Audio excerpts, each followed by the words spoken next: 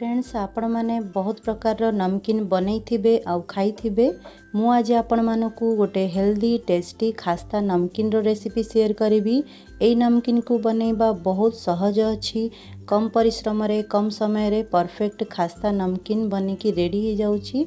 तो चलंतु बनैबा स्टार्ट करिबा। Hi everyone, welcome to Radha's kitchen. प्रथमे गोटे मिक्सिंग बाउल रे 2 कप गहमर अटा नबा। मु एठी गहम अटारे बनाऊँगी, आपण मैंने चाहिए आपको मैदारे भी बनई पारिबे। गोटे चमच जुआणी को क्रश करके पकईदबा। नमकीन रे जुआणी पकईले बहुत स्वाद लगी थाए, टेस्टी लगी थाए। गोटे चमच कस्तूरी मेथी को आमे क्रश करके पकईबा।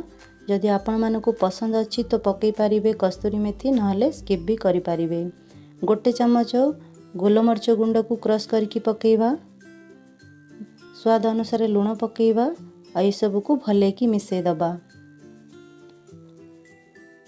भल भाबरे मिसई सारला परे आमे एथिरे आधा कप गरम ऑयल पकईबा। देखंतु मोइठी आधा कप हल्का गरम ऑयल नेछि। नमकीन बनैबा समय रे हल्का गरम ऑयल यूज कले नमकीन खास्ता और क्रिस्पी बनी थाए। एबे चामच साहाय्य मिसेबा। ये एबे गरम अच्छी, तापरे आमे हाथ रे मिसेबा। मु एठी 2 कप गहम अटा पाई रे आधा कप तेल नेछि। भल भाबरे हाथ रे मिसेबा। देखंतु ए भलिया हेछि। आकु एबे आमे मुठा करके देखिबा, ये बांधी होछि तो हमरो परफेक्ट हेछि तेल।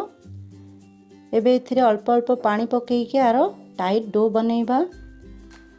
एका संगरे पानी पकेइबानी, अल्प अल्प पानी पकेइकी टाइट डो बनैबा। डो को बेसी सॉफ्ट करिबानी। नमकीन बनैबा समय रे डो टिके टाइट रहिले ही भलो नमकीन क्रिस्पी खास्ता बनी थाए। देखंतु ए भलिया डो हमरो रेडी हो जाइछि। भलो भाबरे चकटी नबा। एबे आकु ढाकुणी लगेइकी 10 मिनट रेस्ट रे छाड़ दबा। ताहले आमर अटा भल भाबरे सॉफ्ट हो जिवो आउ सेट भी हो जिवो। फ्रेंड्स एटी 10 मिनट हो जाइछि। एबे आकु काढी नबा आउ थरे टिके चकटी नबा भल भाबरे। देखंतु ए भलिया चिकन करिकी चकट नबा आउ सिलिंडर रो आकार दे दबा। देखंतु ए भलिया सिलिंडर आकार मु दे देछि। एबे एठी गोटे प्लेट नबा, गोटे कैंची नबा गोटे हाथ रे, आउ गोटे हाथ रे आमे अट्टा को धरिबा। एबे आकु आमे साइड साइड रु लंबा लंबा करी आउ छोट छोट करी काटी नबा। बेसी मोटा करी काटिबानी। बहुत सहज अछि एई नमकीन को बनैबा। बहुत सारा मु काटी की रेडी करछि। आकु एबे आमे फ्राई करिबा। गैस ऊपर कढ़ाई रे मु ऑयल को गरम करी नेछि। हल्का गरम ऑयल रे ही आकु फ्राई करिबा। नमकीन फ्राई करिबा समय रे ऑयल हल्का गरम हवा दरकार और लो फ्लेम रे आकु आमे फ्राई करिबा। हाई फ्लेम रे फ्राई कले नमकीन भीतरु कंचा रही जाई थाए और ऊपरे ये जल्दी लाल हो जाई थाए। ओलटाई पलटाई आकु 2 ରୁ 3 मिनट फ्राई करिबा। आउ गोल्डन ब्राउन कलर हबा जाए बोली की फ्राई करिबा। देखंतु बहुत सुंदर लेयर आछि यार नमकीन रो। खास्ता भी बनी छी। ए भली भाबरे आपण माने घरे नमकीन प्रस्तुत करि परिबे। बहुत सहज अछि आकु बनैबा। बहुत सुंदर कलर आस जाइछि, गोल्डन ब्राउन कलर। एबे आकु आमे काढी नबा। ए भली भाबरे सब नमकीन को फ्राई करि नबा। आपण माने चाहिले डायरेक्ट ऑयल रे काटी काटी की फ्राई करि परिबे। एई प्रोसेस रे आमे सब नमकीन को फ्राई करि नबा।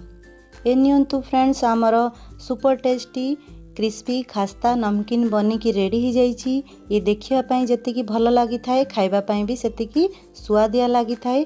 एई नमकीन को आपण माने ए टाइट कंटेनर रे भरिकी बहुत दिन तक एंजॉय करि पारिबे, खाइ पारिबे।